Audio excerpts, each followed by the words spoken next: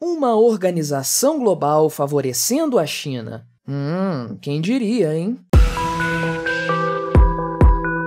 Este é o Visão Libertária, sua fonte de informações descentralizadas e distribuídas. Este artigo foi revisado por Paulo Almeida, escrito, narrado e produzido por mim, Quintessência. O Banco Mundial é uma organização internacional fundada em 1944, sendo sediada nos Estados Unidos e que tem por objetivos alegados erradicar a pobreza extrema e construir uma prosperidade compartilhada, algo que nos lembra bastante a tal prosperidade comum da China, assunto que foi tema de um vídeo recente aqui no canal. Pois bem, a organização noticiou recentemente que irá republicar daqui a 2 anos o seu relatório Doing Business. Relatório este que deveria ser publicado no presente ano, mas que foi cancelado devido a um grave escândalo de corrupção envolvendo interesses chineses e burocratas de alto escalão na hierarquia do banco. Em primeiro lugar, vamos explicar o que é esse tal relatório. Trata-se de um documento elaborado pela organização que visa determinar o grau de facilidade de se fazer negócios em determinado país, como o próprio nome sugere, levando em consideração os seguintes tópicos: abertura de empresas, obtenção de alvarás de construção, registro de propriedades, pagamento de impostos e execução de contratos. Para esse relatório, elabora-se um ranking em que os países avaliados são classificados em ordem decrescente pelo quesito facilidade de se fazer negócios. Apenas a título de curiosidade, o Brasil ocupa uma vexatória 124ª posição no ranking do Doing Business de 2019. Mas qual foi o tal escândalo que fez com que o relatório a ser divulgado pelo Banco Mundial fosse cancelado, tendo sua publicação adiada para daqui a 2 anos? Bem, trata-se, na verdade, de um caso de pressão indevida realizada em 2017 por nomes de peso na hierarquia da organização, que teriam pressionado a equipe responsável pelo relatório a mudar a metodologia adotada, a fim de que resultados mais favoráveis à China fossem apresentados no relatório final do ano seguinte. Entre o esboço inicial do relatório e a versão final, divulgada para o público, o país asiático subiu 7 posições, ocupando, por fim, a posição de número 78 no ranking do Doing Business. A grande figura de renome internacional envolvida no escândalo que levou ao cancelamento da publicação do relatório Doing Business é Kristalina Georgieva, uma política búlgara que se especializou mais recentemente em organizações globalistas, iniciando sua carreira a nível global na União Europeia, onde chegou a exercer o cargo de terceira vice-presidente. No ano de 2017, quando teriam se dado as interferências do alto escalão do Banco Mundial na elaboração do relatório, Kristalina era a presidente executiva da organização, o cargo de maior poder em sua estrutura hierárquica. A investigação que estuda o ocorrido em 2017 aponta que, além de outros funcionários de alto escalão do Banco Mundial, a própria presidente executiva havia se encarregado de pressionar a equipe que desenvolvia o projeto.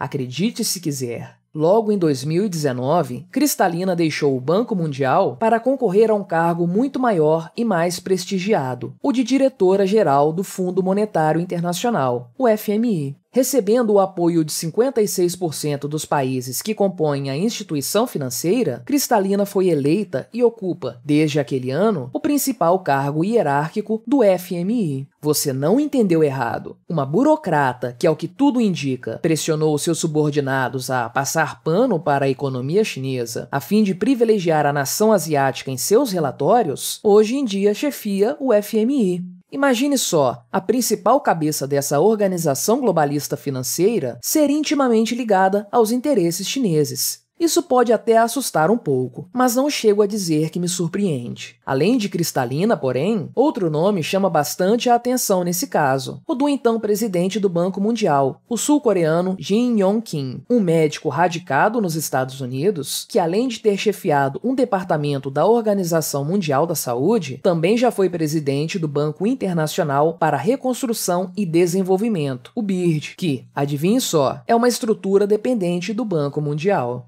Não entraremos aqui na estranha questão de um médico ocupar cadeiras tão importantes de organizações financeiras. Afinal, trata-se, no fim das contas, de política mesmo. É notório que existe grande interesse chinês em melhorar a sua imagem econômica perante o mundo, e talvez isso faça parte, inclusive, dos esforços do Partido Comunista Chinês em levar o gigante asiático à tal hegemonia que eles tanto desejam nas próximas décadas. De acordo com as investigações realizadas por um escritório de advocacia contratado pela nova direção do Banco Mundial, houve uma clara interferência de Kristalina e de um de seus assessores, bem como da equipe do também citado Jin Yongqing, para que fossem feitas alterações específicas nos pontos dos dados da China, com vistas a melhorar sua posição no ranking. É importante frisar que, também de acordo com essa investigação, o Banco Mundial buscava, naquela época, receber um grande aporte financeiro oriundo da China, o que, muito possivelmente, orientou as pressões realizadas pelos burocratas sêniores da instituição, no intuito de favorecer o país asiático. O valor total dos investimentos almejados pelo Banco Mundial seria de 13 bilhões de dólares, embora não se possa dizer com exatidão quanto desse valor os burocratas da organização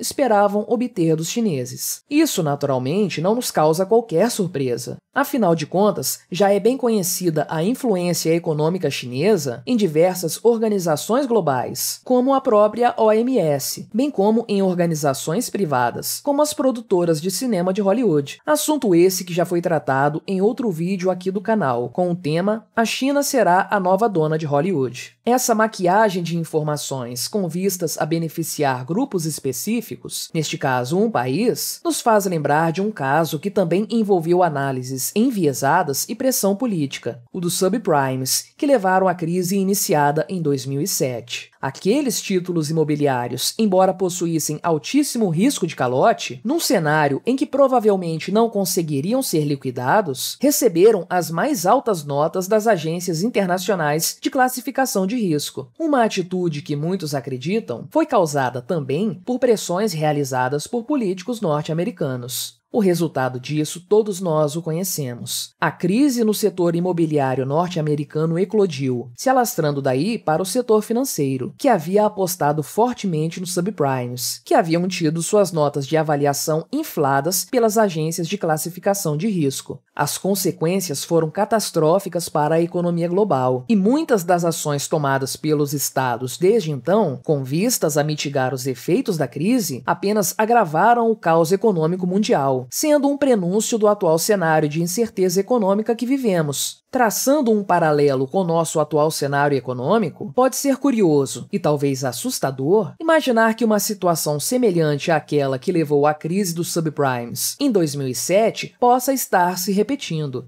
Desta vez, a China é que foi beneficiada por um relatório fraudulento que ficou disponível publicamente por alguns anos e que pode, sim, ter incentivado uma série de investimentos equivocados destinados ao país asiático. E também, à semelhança da crise de 2007, parece que novamente o setor imobiliário, desta vez o chinês, se encontra perto do colapso, algo que também foi tema de um recente vídeo aqui do canal, com o título de Evergrande falha em pagar banco alemão. Será que o relatório Doing Business de 2017, que foi maquiado para favorecer a China, é o prenúncio de uma forte crise econômica que está para eclodir? Só o tempo dirá. De qualquer forma, não podemos, em absoluto, dizer que estamos surpresos com esse tipo de coisa. Onde existem agências estatais, sejam elas nacionais ou globais, teremos apenas isso: favorecimento de interesses espúrios, corrupção, propagação de mentiras e um inegável interesse em privilegiar os piores dentre todos os envolvidos. Não apenas os países mais controladores e violentos são beneficiados, também os piores indivíduos são privilegiados por essas organizações globalistas. Afinal de contas, esses burocratas também são políticos.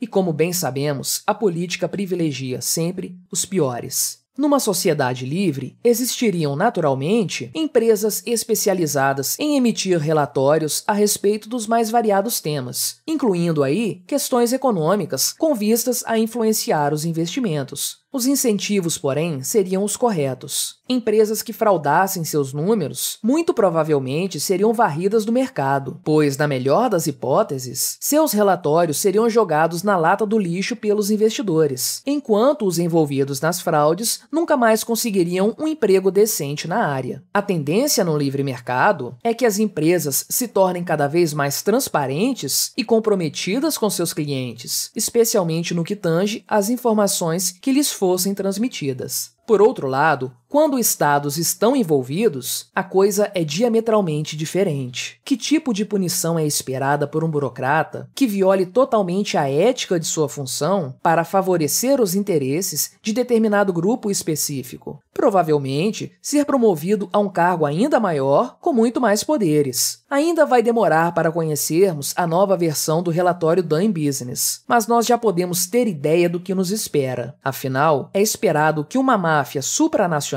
privilegie justamente as máfias mais violentas e agressivas, porque estas reforçam o poder das agências globalistas, fazendo perpetuar esse ciclo de interesses espúrios e insaciável desejo de controle sobre a humanidade. Obrigado por sua audiência. Se você gostou deste vídeo, deixe o seu like e o compartilhe com aquele seu amigo esquerdista que ainda acredita no Estado. Se quiser ser notificado dos próximos vídeos, se inscreva no canal e clique no ícone da campainha. Até a próxima!